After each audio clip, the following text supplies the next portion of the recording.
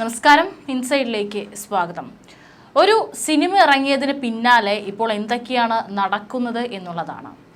Empuraan cinema ഇറങ്ങിയതിന് പിന്നാലെ പലതരത്തിലുള്ള ചർച്ചകൾ നടന്നുകൊണ്ടിരിക്കുകയാണ്. സോഷ്യൽ മീഡിയ പേജുകളിലെല്ലാം തന്നെ ഇതിനെ വിമർശിച്ചും അനുകൂലിച്ചൊക്കെ തന്നെ തങ്ങളുടേതായ അഭിപ്രായങ്ങൾ ആളുകൾ രേഖപ്പെടുത്തുന്നത് കാണാനുണ്ട്. ഏതായാലും സിനിമ റീ എഡിറ്റ് ചെയ്ത് വീണ്ടും പ്രദർശനത്തിന് എത്തിയിരിക്കുകയാണ്. പ്രദർശനം അവിടെ നടന്നുകൊണ്ടിരിക്കുകയാണ്. ഇതിനിടയിൽ കഴിഞ്ഞ ദിവസമായിരുന്നു ഗോകുലത്തിൻ്റെ ഓഫീസുകളിൽ ED റെയ്ഡ് നടന്നത്. ചെന്നൈയിലെയും അതുപോലെ തന്നെ കൊച്ചിയിലേക്ക് തന്നെ ഓഫീസുകളിൽ റെയ്ഡ് നടക്കുന്നുണ്ടായിരുന്നു. ഇപ്പോൾ അതിന് പിന്നാലെ നടൻ പൃഥ്വിരാജിന് ആദായ നികുതി വകുപ്പിൻ്റെ നോട്ടീസ് എത്തിയിരിക്കുകയാണ്. 3 ചിത്രങ്ങളിലെ പ്രതിഫലം സംബന്ധിച്ച് വിശദീകരണം തേടിയാണ് നോട്ടീസ്.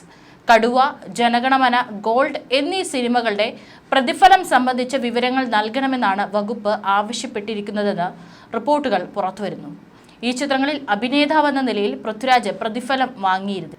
എന്നാൽ സഹനിർമ്മാതാവെന്ന നിലയിൽ 40 കോടിയോളം രൂപ പൃഥ്വിരാജ് സ്വന്തമാക്കിയെന്നാണ് കണ്ടെത്തൽ. നിർമ്മാണ കമ്പനിയുടെ പേരിൽ പണം വാങ്ങിയതിൽ വ്യക്തത വരുത്തണമെന്ന് ആദായ നികുതി വകുപ്പും ആവശ്യപ്പെട്ടു. സ്വാഭാവിക നടപടിയാണെന്നാണ് ആദായ നികുതി വകുപ്പിന്റെ വിശദീകരണം. മാർച്ച് 29-നാണ് കൊച്ചി ആദായ നികുതി വകുപ്പ് ഓഫീസിൽ നിന്ന് പൃഥ്വിരാജിന് നോട്ടീസ് അയച്ചത്. വരുന്ന ഏപ്രിൽ 29-നകം വിശദീകരണം നൽകണമെന്നാണ് നിർദ്ദേശം. അതായത് കൃത്യം 1 മാസം. അഭിനേതാവ് എന്ന നിലയിൽ പണം വാങ്ങുമ്പോൾ അതിന് നികുതി കൂടുതലാണ്. എന്നാൽ പാതി നിർമ്മാതാവ് എന്ന നിലയിൽ പണം വാങ്ങുമ്പോൾ നികുതി താരതമ്യേന കുറവാണ്. 3 സിനിമകളിലായി 40 കോടിയോളം രൂപ പൃഥ്വിരാജിന് ലഭിച്ചിട്ടുണ്ടെന്നാണ് റിപ്പോർട്ടുകൾ. ഇതുമായി ബന്ധപ്പെട്ടാണ് വിശദീകരണം തേടിയതെന്നാണ് വാർത്തകൾ.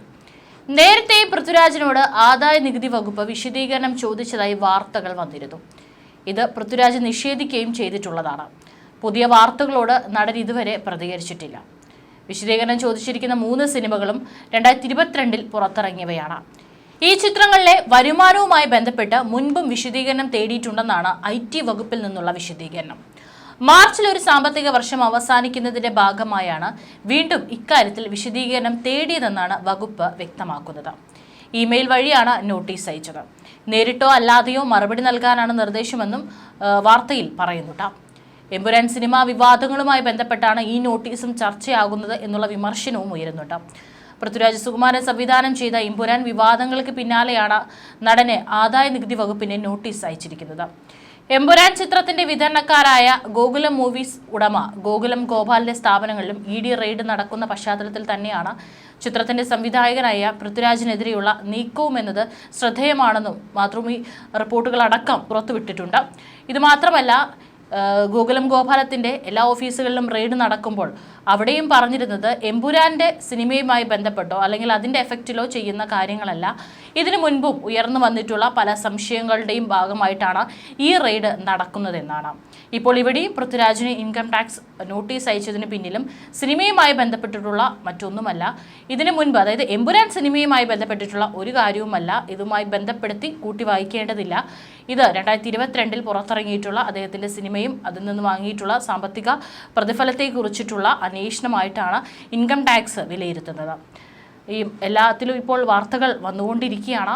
പൃഥ്വിരാജ്, ആന്റണി പെരുമ്പാവൂർ, ലിസ്റ്റിൻ സ്റ്റീഫൻ എന്നിവരുടെ ഓഫീസുകളിലും 2022 ഡിസംബർ 15-ന് ആദായ നികുതി വകുപ്പ് പരിശോധന നടത്തിയിരുന്നുവെന്ന് ഇതുമായി ബന്ധപ്പെട്ട് നൽകിയ വാർത്തയിൽ പറയുന്നുണ്ട്. എമ്പുരാൻ ഇഫക്റ്റ് അല്ലെന്നും മുൻ ചിത്രങ്ങളിലെ പ്രതിഫലവുമായി ബന്ധപ്പെട്ട കാര്യങ്ങളാണ് പരിശോധിക്കുന്നതെന്നാണ് ആദായ നികുതി വകുപ്പിന്റെ വിശദീകരണം. 2024-ൽ പുറത്തിറങ്ങിയ പൃഥ്വിരാജിന്റെ 2 സിനിമകളിൽ കളക്ഷൻ തന്നെ 250 കോടിയോളം രൂപ വരുമെന്നാണ് റിപ്പോർട്ടുകൾ. ആടുജീവിതം 158 കോടിയും ഗുരുവായൂർ അമ്പലനടയിൽ 90 കോടി രൂപയുമാണ് ഗ്രോസ് കളക്ഷൻ നേടിയതെന്നുള്ള റിപ്പോർട്ടുകളും പുറത്തു വരുന്നുണ്ട്. മാർച്ചിൽ പുറത്തിറങ്ങിയ L2 എമ്പുരാനാകട്ടെ ഇതിനോടകം 250 കോടി രൂപ നേടിക്കഴിഞ്ഞു.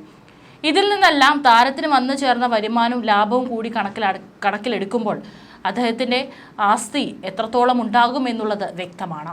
എമ്പുരാൻ ഉൾപ്പെടെയുള്ള തിരഞ്ഞെടുത്ത സിനിമകളിൽ ശമ്പളമില്ലാതെ ലാഭവിഹിതം കൈപ്പറ്റുന്ന രീതിയാണ് താരം സ്വീകരിച്ചിരിക്കുന്നത് എന്നതും ആസ്തിയിലെ വലിയ വർധന സാധൂകരിക്കുന്നു.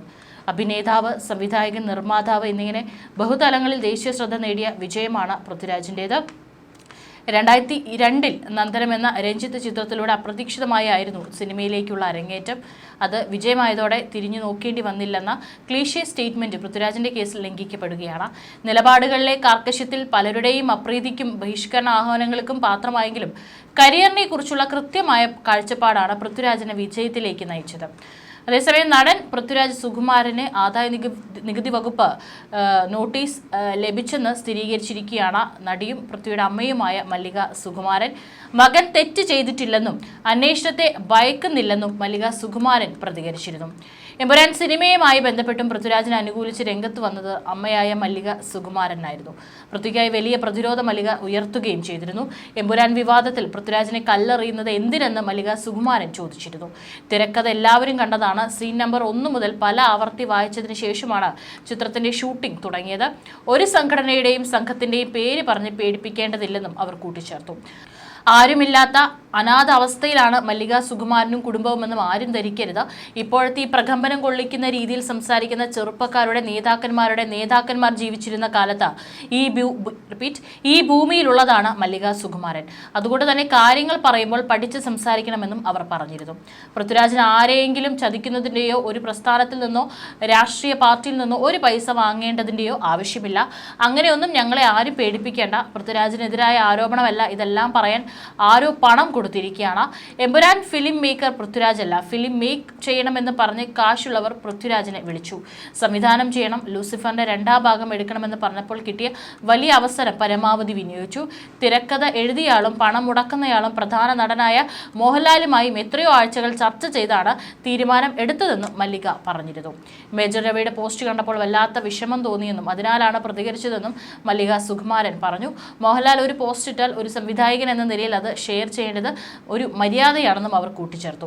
ഫേസ്ബുക്ക് പോസ്റ്റ് കണ്ടുവെന്ന് പറഞ്ഞ് മെഗാസ്റ്റാർ മമ്മൂട്ടി മെസ്സേജ് അയച്ചപ്പോൾ വലിയ സന്തോഷം തോന്നി. വിശ്രമവേളയിലും പിന്തുണ അറിയിച്ച് മമ്മൂട്ടി മെസ്സേജ് ഇട്ടത് ജീവിതത്തിൽ മറക്കില്ല. പെരുന്നാളായിട്ട് മക്കളും കൊച്ചുമക്കളുമായി ഇരിക്കുന്നതിനിടയിലും മനുഷ്യത്വപരമായി ചിന്തിക്കാൻ ആ മനുഷ്യന് തോന്നി.